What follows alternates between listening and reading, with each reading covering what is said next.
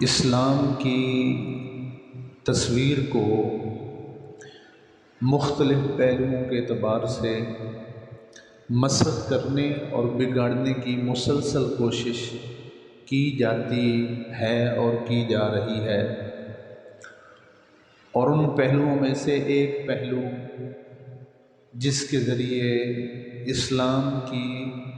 تصویر کو مسخ کیا جاتا ہے اور بگاڑ کر معاشرے میں پیش کیا جاتا ہے، وہ ایک پہلو ہے غیر مسلموں سے تعلقات۔ خود ساختہ اسلام کی تصویر یہ پیش کی جاتی ہے کہ اسلام ایک انفرادیت پسند مذہب ہے، یہ اخلاق، رواداری، حسن سلوک کا حکم تو دیتا ہے لیکن صرف اپنوں سے، دوسروں کے ساتھ حسن سلوک اور اخلاق کے بارے میں نہیں کہتا۔ حالات دیکھ لو، اور محبت الفت کا درس دیتا ہے لیکن صرف اپنوں سے، دوسروں سے نہیں۔ اخوت کی تلقین کرتا ہے لیکن مسلمانوں کے ساتھ، انسانوں اور غیر مسلموں کے ساتھ۔ اس طرح کے تبصرے اور تجزیے اور پہلوؤں پر بیان کیا جاتا ہے جو کہ خود ساختہ ہے، جس کا حقیقت سے کوئی تعلق نہیں ہے۔ اور حقیقت یہ ہے کہ اسلام جو ہے، جس طرح اسلام نے دنیا پر انسانیت کو عزت اور حقوق دیے ہیں، دنیا کی کوئی تنظیم اور جماعت یا کوئی بھی کمیونٹی انسانیت کو وہ عزت اور وقار اور حق نہیں دے سکی ہے۔ اسی حوالے سے ہم آج کی نشست میں جو ہے وہ بات کریں گے۔ سب سے پہلے ایک چیز آپ ذہن میں رکھیں، قرآن پاک کے اندر اس سلسلے میں دو طرح کا مفہوم ہمیں دیکھنے کو ملتا ہے۔ ایک مفہوم یہ ہے کہ بہت ساری آیتیں ایسی ہیں جن میں یہ مفہوم اور معنی بیان کیا گیا ہے، کفار و مشرکین، یہود و نصارہ کی دوستی، تعلق اور ان کے ساتھ مودت سے منع کیا گیا ہے اور روکا گیا ہے۔ ایک یہ مفہوم بہت ساری آیات میں آپ کو ملے گا، یا ایھا الذین آمنوا لا تتخذوا اليہود والنصارى اولیاء بعضهم اولیاء بعض، اے ایمان والو یہود و نصارہ سے دوستی نہ کرو، وہ ایک دوسرے کے دوست ہو سکتے ہیں، تمہارے دوست نہیں ہو سکتے۔ ایک اور مقام پہ اللہ تعالیٰ ارشاد فرماتا ہے، یا ایھا الذین آمنوا لا تتخذوا عدوی وعدوکم اولیاء، اے ایمان والو میرے دشمنوں کو اور اپنے دشمنوں کو دوست مت بناؤ۔ اور اس طرح کے مفہوم کی بہت ساری آیات جن میں کفار و مشرکین، یہود و نصارہ سے دوستی، مودت، الفت، راہ و رسم اور قلبی تعلق قائم کرنے سے منع کیا گیا ہے اور حرام کہا گیا ہے۔ لیکن آپ قرآن پاک کا مطالعہ کریں گے تو اس کے برعکس قرآن کی آیات سے ہمیں یہ بھی مفہوم دیکھنے کو ملتا ہے کہ غیر مسلموں سے اچھا سلوک کیا جائے، ان کے ساتھ اچھا رویہ اپنایا جائے، ان کے ساتھ حسن سلوک اور حسن اخلاق کا رویہ جو ہے اس کی تلقین کی گئی۔ اب یہ دو طرح کی آیات اور دو طرح کے مفہوم ہمیں قرآن دے رہا ہے، تو ایک قرآن کا مطالعہ کرنے والا شخص اس پہلو پہ آ کے تھوڑا اضطراب کا شکار ہوتا ہے کہ ایک طرف قرآن منع کر رہا ہے، روک رہا ہے، حرام کر رہا ہے ان سے دوستی، مودت کسی طرح، اور دوسری طرف ان سے حسن سلوک، اچھا اخلاق، اچھے رویے، رہ و رسم کی ترغیب دے رہا ہے۔ تو آپ ایک بات ذہن میں رکھیں، اس موڑ پہ آ کے دو لفظ ہیں وہ آپ ذہن میں رکھیں، ایک ہوتا ہے موالات اور ایک ہوتا ہے مواسات۔ موالات کا مطلب ہوتا ہے کسی سے قلبی دوستی، دلی لگاؤ، کسی سے دلی لگاؤ، قلبی دوستی، دل کا رجحان، دل کی الفت اور چاہت، اس کو موالات کہتے ہیں۔ اور ایک ہوتا ہے کسی کے ساتھ اچھا سلوک کرنا، اس کے ساتھ اچھے اخلاق سے پیش آنا، اس کی کسی طرح کی کوئی حق تلفی نہ ہو اور اس کے پورا اس کا حق دینا، اس کو کہتے ہیں مواسات۔ جن آیات میں کفار و مشرکین یہود و نصارہ کی دوستی سے روکا اور منع کیا گیا ہے وہ ہے قلبی دوستی، دلی لگاؤ۔ تو کسی مسلمان کے دل میں دلی لگاؤ کفر اور کافر کے ساتھ نہیں ہوتا ہے، دلی اور قلبی دوستی نہیں ہے۔ اور جن آیات میں ترغیب دی گئی ہے کہ آپ غیر مسلموں کے ساتھ ہمدردی، حسن سلوک، اچھا اخلاق رکھیں، وہ مواسات ہے، دلی لگاؤ نہیں، دلی چاہت نہیں ہے، دلی دوستی نہیں ہے۔ ایز اے انسانیت، انسانی بنیادوں پر ان کے حقوق کا خیال رکھنا، ان سے حسن سلوک کرنا اور ان سے حسن اخلاق کرنا۔ ایک یہ جو میں نے بات بتائی یہ قرآن پاک کی ان دو متضاد مفہوموں کو جمع کرنے کے لیے آپ کے ذہن میں کافی حد تک حل ہو گیا ہے۔ لیکن ایک آیت میں پڑھنے لگا ہوں جو کہ سورۃ الممتحنہ کی آیت نمبر 8 ہے۔ یہ آیت سارے ان آیات کو جمع کر رہی ہے اور ذہن کی الجھن اور اضطراب کو بڑے آسان انداز میں حل کر رہی ہے۔ اللہ تعالیٰ ارشاد فرماتا ہے، اور اس میں ایک اور مفہوم بیان ہوا ہے۔ اللہ تعالیٰ ارشاد فرماتا ہے لا ینہاکم اللہ، اللہ تمہیں روکتا تو نہیں ہے، اللہ تمہیں منع تو نہیں کرتا ہے کس چیز سے؟ ان الذین، ان لوگوں سے جو اہل کتاب میں سے، کفار و مشرکین میں سے، وہ لوگ، ان لوگوں سے جو غیر مسلم ہیں۔ اللہ ان سے تمہیں منع تو نہیں کرتا، لیکن کون سے مسلمان اور کون سے اہل کتاب اور غیر مسلم؟ لم یقاتلوکم، جو تمہارے ساتھ لڑتے نہیں ہیں، جو تمہارے ساتھ لڑائی نہیں کرتے ہیں، تمہارے ساتھ، تمہارے مذہب اور دین کے ساتھ، دینی بنیادوں، دینی شعائر کے ساتھ کسی طرح کی کوئی لڑائی، دشمنی اور عناد نہیں رکھتے فی الدین، دین کے جتنے بھی معاملے۔ نمبر 2، وَلَمْ يُخْرِجُوكُم مِّن دِيَارِكُمْ، اور نہ تمہیں تمہارے گھروں سے نکالتے ہیں۔ ایسے غیر مسلموں سے اللہ تو نہیں منع کرتا تمہیں کس چیز سے؟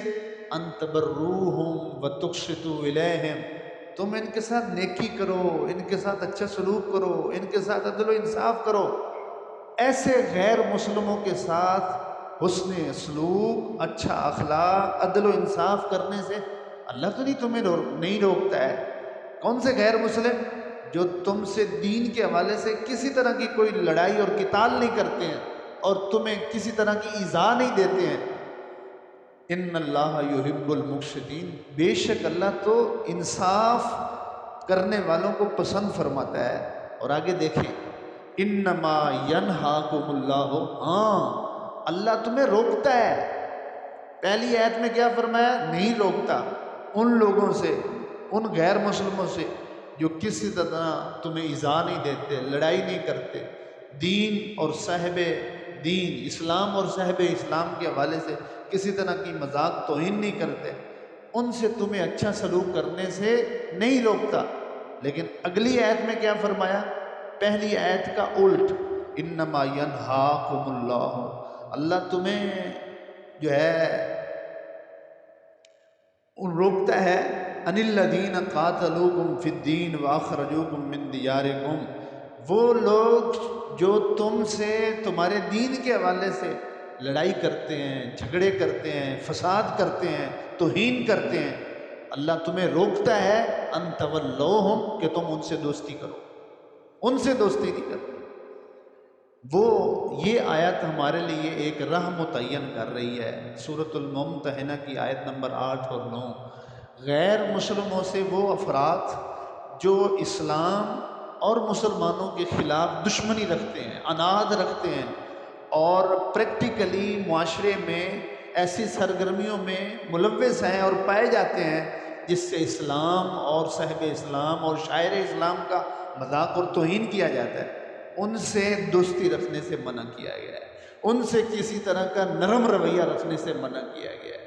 لیکن جو غیر مسلم کسی طرح کی ایسی ایکٹیویٹی میں نہیں پائے گئے، ان سے اچھا سلوک کرنے کا حکم دیا گیا ہے، ان کے حقوق کا خیال رکھنے کا حکم دیا گیا ہے، ان سے اچھے برتاؤ کی ترغیب دی گئی ہے۔ اس آیت نے ان ساری آیتوں کو جمع کر دیا ہے اور ہمیں ہے کہ ایک سائیڈ کو لے کے بیان کرتے جاؤ اسلام ایسا ہے مسلمان ایسے ہیں، اسلام ایسا ہے مسلمان ایسے ہیں، پھر دوسری سائیڈ کو لے کے بیان کرتے جاؤ ایسا ہے ایسا ہے۔ نہیں، دونوں سائیڈوں پہ کبھی بھی معاشرے میں فساد نہیں ہوتا ہے۔ زیادہ تر فساد کب ہوتا ہے؟ جب لوگ اپنے حقوق کی بات کرتے ہیں لیکن اپنے فرائض کا احساس نہیں کرتے۔ آپ کو تبصرے ملیں گے کہ غیر مسلموں کے حقوق، غیر مسلموں کے حقوق، لیکن ان تبصرہ کرنے والوں سے گزارش ہے کہ وہ دوسری سائڈ والوں سے یہ بھی کہیں جو حقوق کی علم بردار ہیں کہ اپنے فرائض کا بھی احساس کریں۔ کہیں ایسا تو نہیں کہ فرائض میں غفلت کی وجہ سے حقوق سلب کیے جا رہے ہیں۔ تو دونوں سائڈوں پہ بیلنس رہے، معاشرے میں امن رہتا ہے، کام چلتا رہتا ہے۔ اب ذرا دیکھیے کچھ پہلوؤں کا ہم جائزہ لیں گے کہ اسلام نے کس حد تک جو ہے غیر مسلموں کے حقوق کا خیال رکھا، ان کے حق خودداری کا، حق آزادی کا، حق عزت کا، حق مال کا، خاندانی، معاشی، معاشرتی، مال و جان کے تحفظ کا۔ آپ دیکھیں اس حد تک خیال رکھا گیا ہے۔ میرے کریم نبی صلی اللہ علیہ وسلم نے ارشاد فرمایا کہ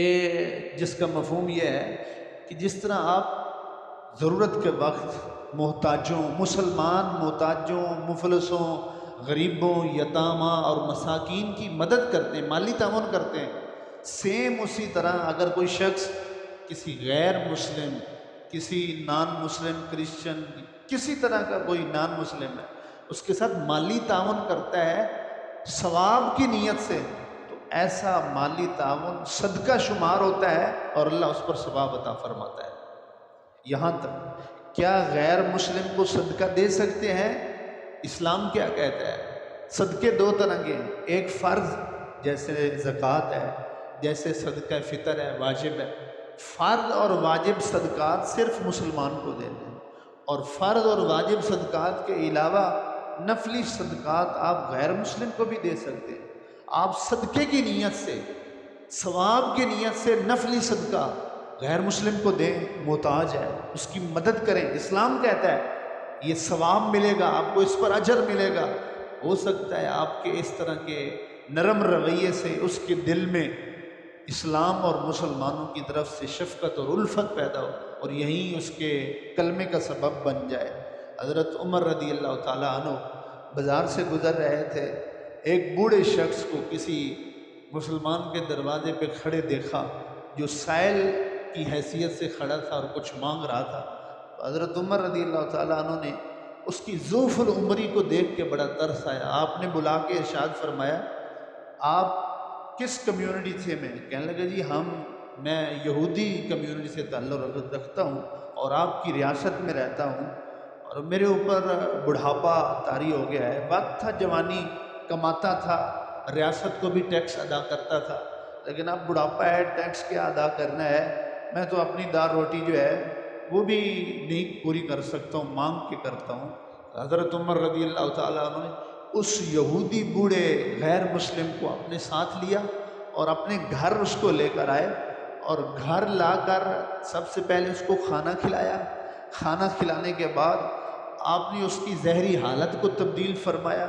پھر اپنے ذاتی خرچ میں سے کچھ مالی تعاون کے طور پر اس کو دیا،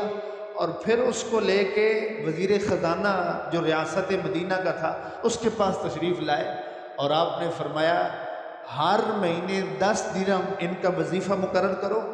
جو بیت المال سے ان کو ملے گا، اور پتہ کرو ریاست پوری میں ان جیسے مستحق اور محتاج افراد کون کون سے ہیں، سب کا اتنا وظیفہ مقرر کرو۔ انہوں نے جوانی ریاست کے لیے گزاری تھی، اب ریاست بڑھاپے میں ان کو تنہا تو نہیں چھوڑ سکتی۔ یہ اسلام ہے جو غیر مسلموں کو یہاں تک رکھتا ہے۔ عمر کے صاحبزادے ان کے گھر میں اکثر ہفتے میں یا مہینے میں ایک دفعہ مٹن پکتا تھا، باقاعدہ اسپیشل آپ ایک بکری یا بکرا جو ہے وہ ذبح فرماتے تھے۔ تو آپ نے ایک دفعہ گھر میں مٹن پکایا، بکرا اس کو ذبح کیا، اس کا گوشت، تو خادم سے فرمایا کہ کیا فلاں یہودی جو ہمارا پڑوسی ہے، کیا اس کے گھر میں کھانا بھیجا ہے؟ تو خادم نے عرض کیا حضرت وہ تو غیر مسلم ہے، وہ تو یہودی ہے۔ آپ نے فرمایا بھلے کیا ہوا کہ وہ یہودی ہے، بھلے کیا ہوا کہ وہ غیر مسلم ہے، لیکن وہ ہمارا پڑوسی تو ہے۔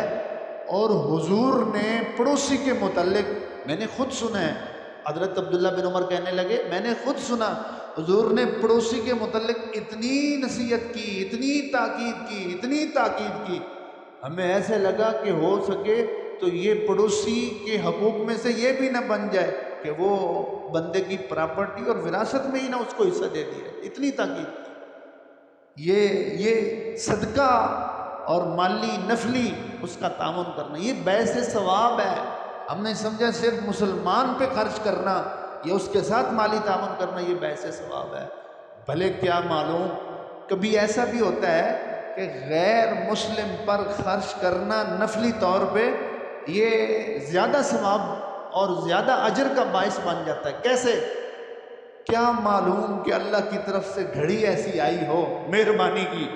آپ کے ایسے تعاون اور ہمدردی کی وجہ سے اس کے دل میں اسلام کی الفت پیدا ہو جائے اور وہ کلمہ پڑھ جائے، تو میرے خیال میں آپ کی نجات کے لیے یہی عمل کافی ہے۔ اللہ پوچھے کیا لایا ہے، اللہ تیرے ایک بندے کو تیرا کلمہ پڑھایا ہے،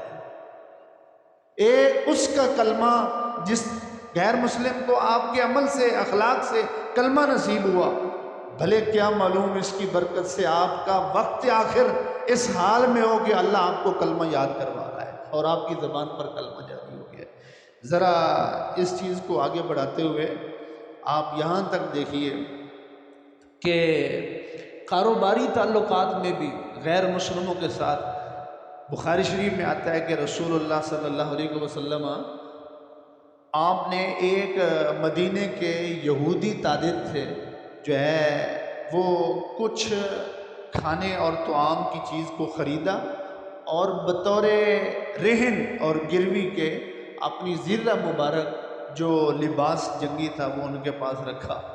یہ ان کے ساتھ لین دین اور کاروبار کی طرف اشارہ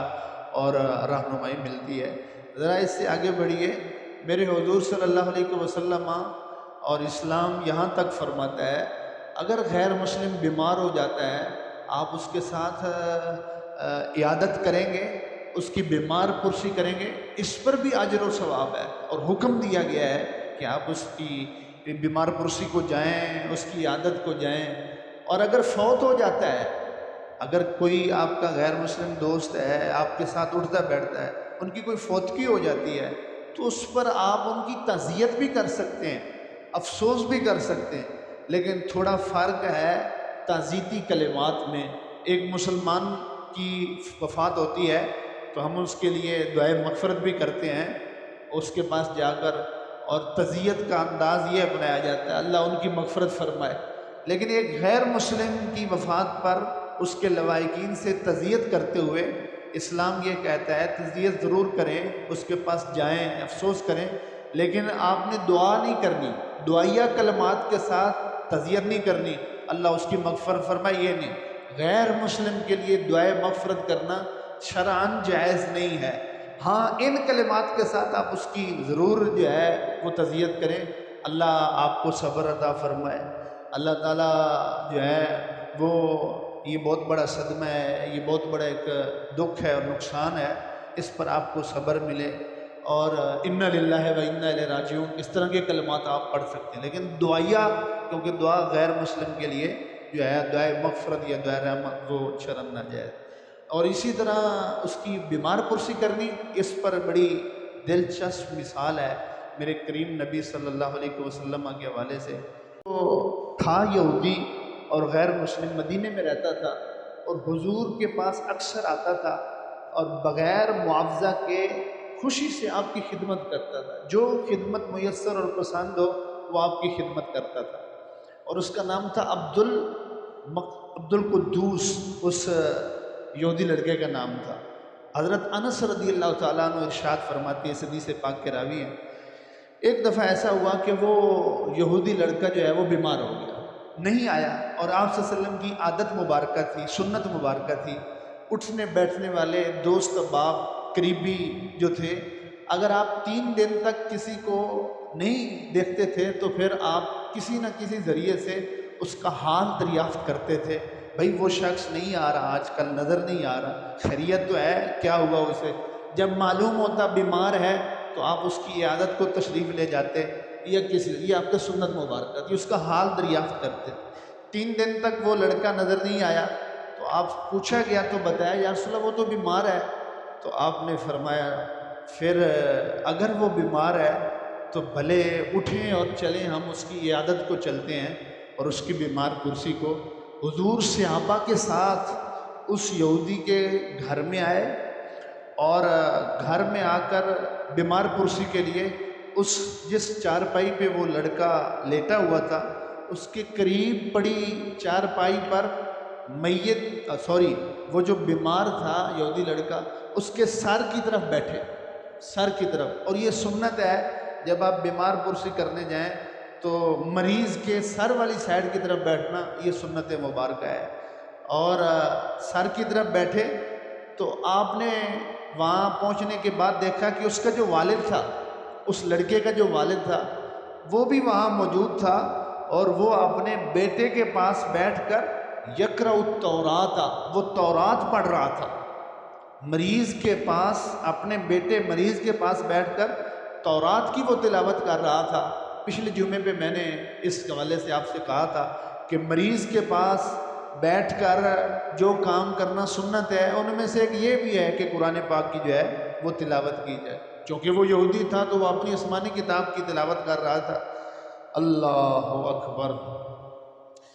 میرے کریم نبی نے یہودی لڑکے کے والد سے فرمایا،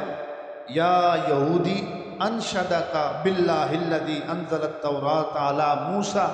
هل تجد فی التوراۃ نعتی و صفتی۔ آپ نے فرمایا یہودی لڑکے کے باپ سے، تجھے اس ذات کی قسم جس نے تورات کو موسیٰ پر نازل فرمایا سچ سچ بتانا ہے، جو تیرے ہاتھ میں کتاب تورات ہے اس کے اندر میری نعت اور میری شان میں کچھ لکھا ہے، جھوٹ نہیں بولنا، سچ بولنا ہے، اور تجھے قسم ہے اس رب کی جس نے اس کتاب کو موسیٰ پر نازل فرمایا علیہ الصلاۃ والتسلیم۔ تو قالا، وہ کہنے لگا، بلا واللہ یا رسول اللہ، یا رسول اللہ جس ذات کا آپ نے واسطہ دیا اسی کی قسم، آپ کی شان میں بہت کچھ لکھا ہوا ہے، آپ کی اس کتاب میں نعتیں درج ہیں۔ انا نجد لک فی التوراۃ نعتک و صفتک و مخرجک، اس تورات کتاب میں ہم نے پڑھا ہے آپ کی نعتیں بھی لکھی ہیں، آپ کی صفات بھی لکھی ہیں، آپ کا میلاد اور مخرج بھی لکھا ہوا ہے یہاں پر۔ تو اتنی بات اس نے کی اور پھر وہ اٹھ کے سائڈ پہ کھڑا ہو گیا تھوڑا فاصلے پر۔ حضور صلی اللہ علیہ وسلم نے اس لڑکے سے اشارے میں فرمایا، معلوم ہو گیا کہ یہ تو وفات اور موت کے قریب ہے، فرمایا کلمہ پڑھ لے۔ تو وہ اجازت بھری نظروں سے دور کھڑے والد کی طرف وہ یہودی لڑکا دیکھنے لگا، باپ کی طرف، کہ یہ مجھے کہہ رہے ہیں کہ کلمہ پڑھ لوں، اب آپ کیا کہتے ہیں کہ پڑھوں یا نہ پڑھوں؟ تو دور کھڑے والد نے اجازت لیتے بیٹے کی اس انداز کے اوپر جواب میں کیا کہا، اطیع ابا القاسم صلی اللہ علیہ وسلم، تورات میں نے ان کی شان یہ پڑھی ہے کہ ان کا نام تورات میں ابو القاسم لکھا ہوا ہے، جو کچھ ابو القاسم تجھے کہتے ہیں بیچا مان لو، اس کی اطاعت کر لو، اس کی فرما برداری کر لو۔ اور اس نے فوراً کلمہ پڑھا، اشہد ان لا الہ الا اللہ وحدہ لا شریک لہ، اور حضور نے خود پڑھایا۔ خوش نصیب ہیں وہ بھی جو کلمہ پڑھتے ہیں، جو اسلام قبول کرتے ہیں، جو ایمان قبول کرتے ہیں، لیکن وہ تو کیا ہی خوش نصیب ہیں جن کے پاس خود اسلام آتا ہے۔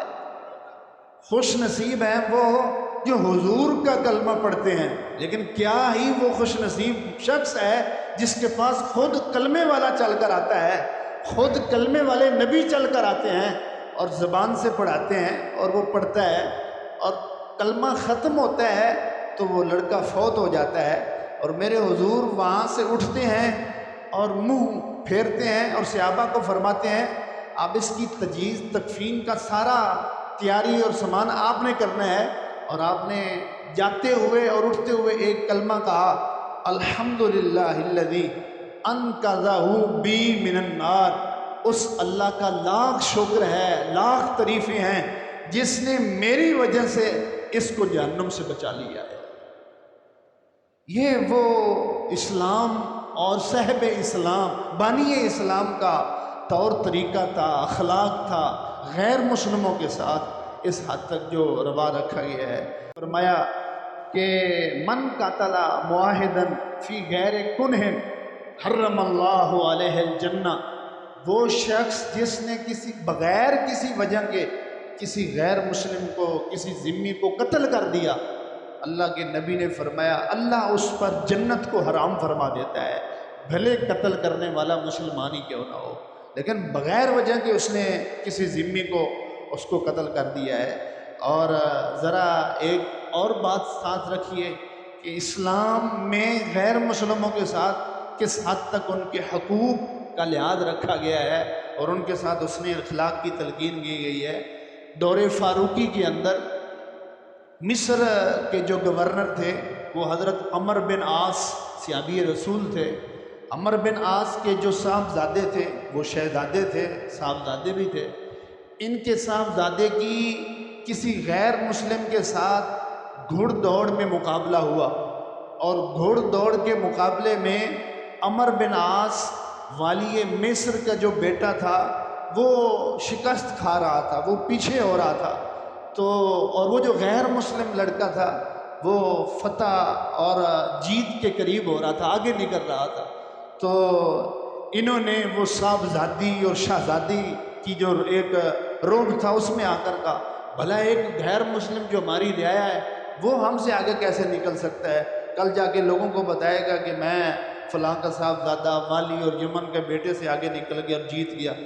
اس گھمنڈ اور غرور میں آ کر انہوں نے اس غیر مسلم کو مارا، کوڑے کے ساتھ پیٹا۔ وہ لڑکا وہاں سے نکلا اور سیدھا مدینہ شریف آیا اور حضرت عمر رضی اللہ تعالیٰ عنہ کے دربار میں حاضر ہوا اور کہنے لگا میں آپ کی پناہ چاہتا ہوں ظلم سے، اور مجھے ظلم سے جو ہے وہ انصاف دلایا جائے۔ آپ نے فرمایا تجھے اسلام کی پناہ مل گئی تو اپنا مدعا بیان کر۔ کہا آپ کے مقرر کردہ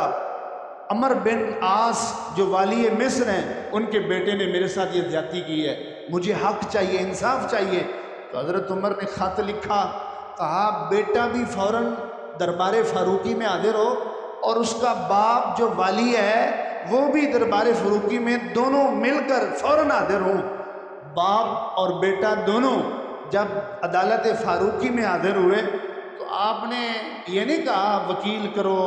اپنے ایویڈنس پیش کرو، گواہ لے آؤ، شہادتیں پیش کرو، یہ کرو وہ کرو۔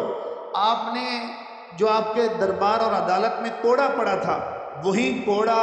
اس غیر مسلم نوجوان کو دیا، اور آپ نے فرمایا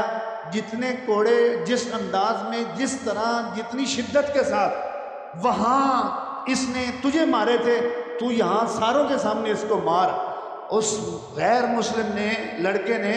حضرت عمر رضی اللہ تعالیٰ عنہ کے دیے ہوئے کوڑے کے ساتھ اس کو مارا، شدت کے ساتھ مارا، اور باپ سامنے کھڑا ہے، گورنر ہے، والی ہے، اس کے سامنے انصاف مہیا کیا جا رہا ہے۔ اور جب اس کو اس کی سزا اور اس کا قصاص اور بدلہ مل گیا تو اس کے بعد حضرت عمر رضی اللہ تعالیٰ عنہ نے اس کے باپ جو کہ مصر کے والی تھے عمر بن عاص، ان سے مخاطب ہو کے فرمایا تھا، آپ نے فرمایا مُذْ کم تعبدتم الناس وقد ولدتہم امہاتہم احرارا،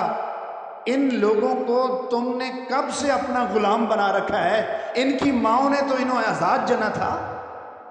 ان کی ماؤں نے تو انہیں آزاد جنم دیا تھا، تم نے کب سے ان کو غلام بنا رکھا ہے؟ تیرا حق تھا کہ تو حق لے کر دیتا۔ اس حد تک اسلام جو ہے وہ انسانی بنیادوں پر ہر ایک کو اس کا حق مہیا کرتا ہے۔ اگر محض خود ساختہ پراپوگنڈے کے طور پر کوئی غیر مسلموں کو حقوق نہیں دیتا تو یہ ایسی بات نہیں ہے۔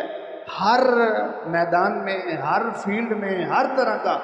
جو اسلام ہے وہ غیر مسلموں کو جو ہے اس کا حق فراہم کرتا ہے۔ لیکن